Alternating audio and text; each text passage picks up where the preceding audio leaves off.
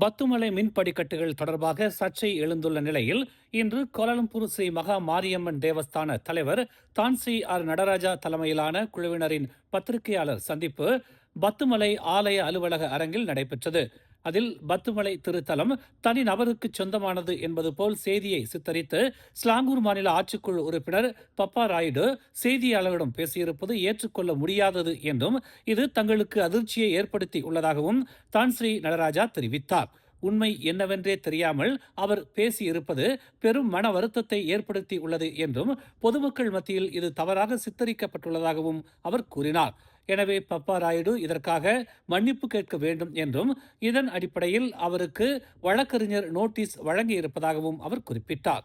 அந்த நோட்டீஸுக்கு அவர் 7 நாட்களுக்குள் பதிலளிக்க வேண்டும் என்றும் இல்லை என்றால் அவர் மீது வழக்கு தொடரப்படும் என்றும் ஸ்ரீ நடராஜா எச்சரித்தார். மேலும் இவ்விவகாரம் நீதிமன்றத்தில் இருக்கிறது, எனவே அதிக விளக்கம் தருவது கூடாது என்றும் அவர் கூறினார். ஓர் உண்மையை மட்டும் புரிந்து கொள்ளுங்கள். பத்துமலை முருகன் திருத்தலம் என்பது பொது சொத்து. அது ஒரு தனி நபருக்கு சொந்தமானது அல்ல. அதேபோல் கோலாலம்பூர் ஸ்ரீ மகா மாரியம்மன் தேவஸ்தானம் நீதிமன்றத்தின் உத்தரவின் கீழ் இயங்குவதால் எந்த ஒரு நடவடிக்கைகளும் முடிவுகளும் சட்டத்துறை தலைவரின் அனுமதியோடுதான் மேற்கொள்ளப்பட வேண்டும். எனவே இஷ்டத்துக்கு பேசாமல் சட்டத்திற்கு உட்பட்டு உண்மையை பேசுங்கள். பொதுமக்கள் மத்தியில் தவறான எண்ணத்தை விதைக்காதீர்கள் என்று அவர் கேட்டுக்கொண்டார்.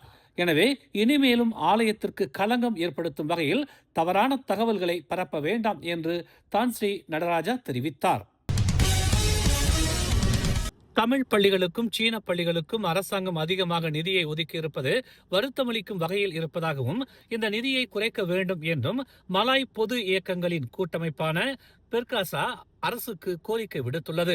தேசிய பள்ளிகளை விடவும் எண்ணிக்கையில் குறைவாக இருக்கும் தமிழ் பள்ளிகளுக்கு இவ்வளவு பெரிய நிதியை அரசு வழங்குவது தேவையற்றது என்று அந்த அமைப்பின் தகவல் தொடர்பாளர் அஸ்ரோல் மன்சோர் கருத்து தெரிவித்துள்ளார்.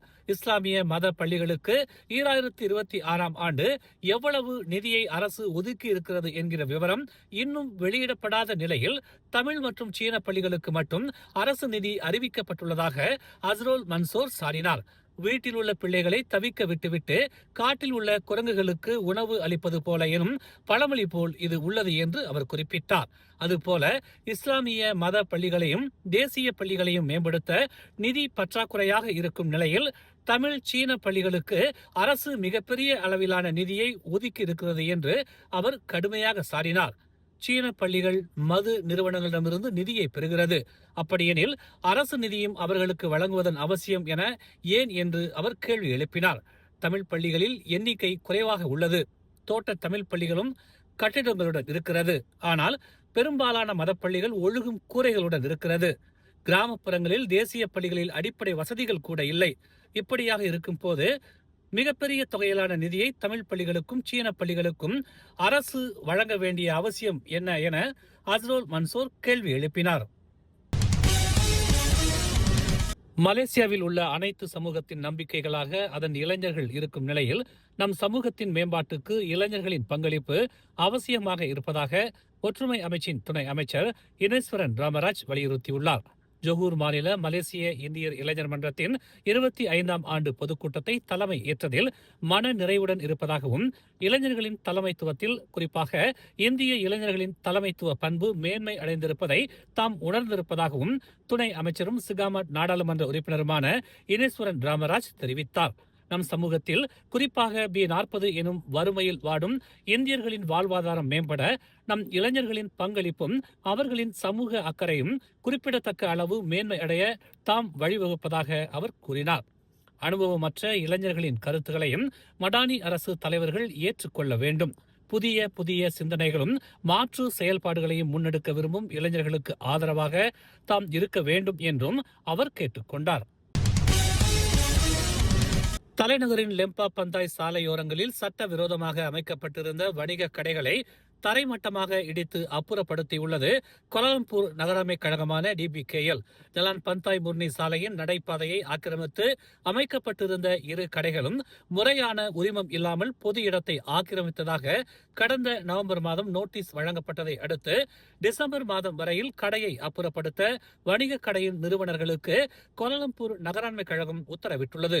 கோலாலம்பூர் நகராண்மை கழகத்தின் நோட்டீஸை கண்டுகொள்ளாத வணிகர்கள் தொடர்ந்து பொது இடத்தை ஆக்கிரமித்து வணிகம் செய்து வந்ததால் இன்று காலை ஜலான் பந்தாய் முர்னி சாலையில் அமைந்திருந்த இரு வணிக கடைகளில் இருந்த பொருட்களை பறிமுதல் செய்து கடையை இடித்து தரைமட்டமாக்கியதாக தெரிவித்துள்ளது. பொது இடங்களில் வணிக கடைகளை அமைக்க கோலாலம்பூர் நகராண்மை கழகம் ஒரு சில நிபந்தனைகளை விதித்துள்ளது. அப்படியான கட்டுப்பாடுகளை பின்பற்றி வணிக கடைகளாக வழங்கப்பட்டிருக்கும் தளங்களை வணிகர்கள் பயன்படுத்த வேண்டும் என்று கோலாலம்பூர் நகராண்மை கழகம் வலியுறுத்தியுள்ளது. குடிநுழைவுத்துறை, தேசிய பதிவுத்துறை ஆகியவை 6 மாதங்களுக்குள் புதிய வடிவமைப்புடன் கூடிய மலேசிய கடப்பிதழ் மற்றும் அடையாள அட்டையை அறிமுகப்படுத்த உள்ளன. இந்த அடையாள ஆவணங்களில் புதிய வடிவமைப்பு, மேம்பட்ட பாதுகாப்பு அம்சங்கள் சேர்க்கப்படுவதாக அறிவிக்கப்பட்டுள்ளது.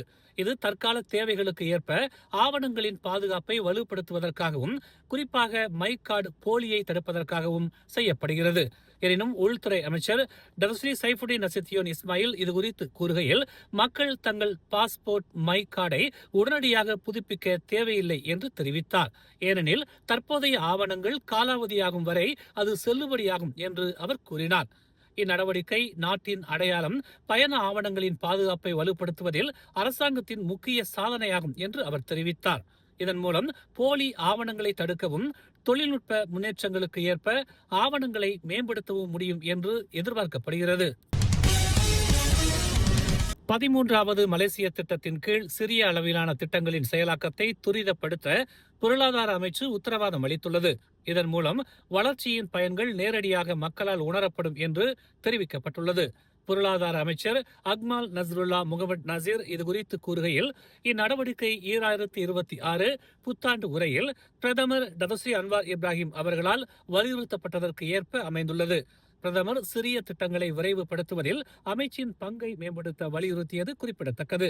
இந்த திட்டங்கள் பெரிய நிதி ஒதுக்கீட்டை உள்ளடக்காவிட்டாலும் மக்களின் அன்றாட வாழ்க்கையில் பெரிய தாக்கத்தை ஏற்படுத்தும் என்று அவர் கூறினார். சாலைகள், அடிப்படை வசதிகள், சுத்தமான குடிநீர் விநியோகம், உள்ளூர் மேம்பாடு போன்ற திட்டங்கள் செலவில் சிறியவையாக இருக்கலாம்.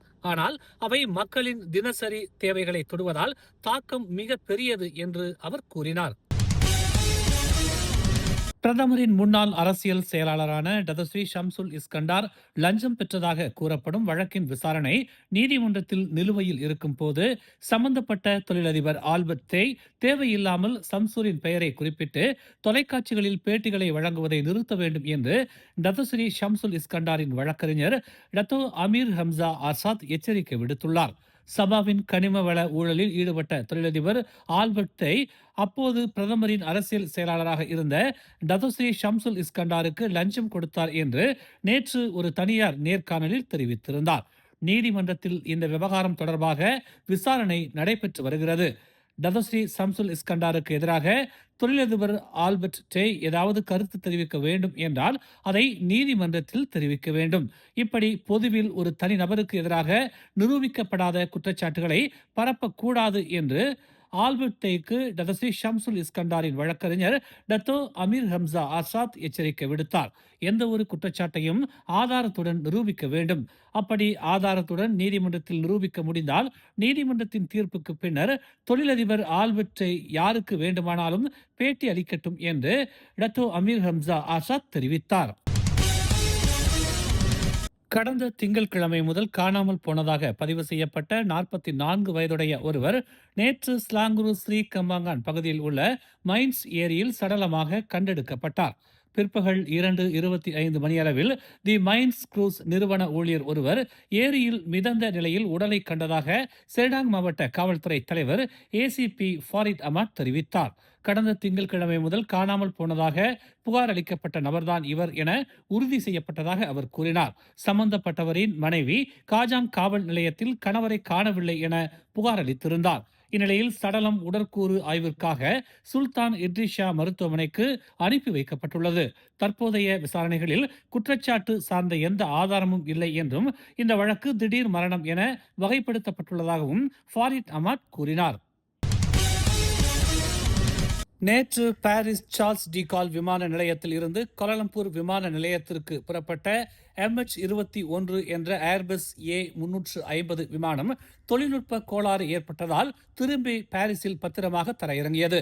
மலேசியா ஏர்லைன்ஸ் வெளியிட்ட அறிக்கையில் விமானம் புறப்பட்ட சிறிது நேரத்தில் என்ஜினில் ஏற்பட்ட அசாதாரண நிலை கண்டறியப்பட்டதை தொடர்ந்து முன்னெச்சரிக்கை நடவடிக்கையாக விமானி திரும்ப முடிவு செய்ததாக தெரிவிக்கப்பட்டது. விமானம் CDG விமான நிலையத்தில் பத்திரமாக தர இறங்கியதாகவும் பயணிகள் அனைவரும் பாதுகாப்பாக இருப்பதாகவும் தெரிவிக்கப்பட்டுள்ளது. மலேசியா ஏர்லைன்ஸ் இயக்கும் ஏர்பஸ் A350 நவீன தொழில்நுட்பத்துடன் கூடிய விமானம் என்பது குறிப்பிடத்தக்கது. மேலும் செய்திகளை தெரிந்து கொள்ள தமிழ் மலர் இணையதளம், தமிழ் மலர் செயலி மற்றும் மலர் டிவி யூடியூப் சேனலை வலம் வாருங்கள். எங்களோடு இணைந்திருக்க மலர் டிவியை பதிவு செய்து கொள்ளுங்கள். உறவுகள் மகிழ்ந்திட விருப்பம் மற்றும் பகிர்வு சேவையை சொடுக்கிடுங்கள்.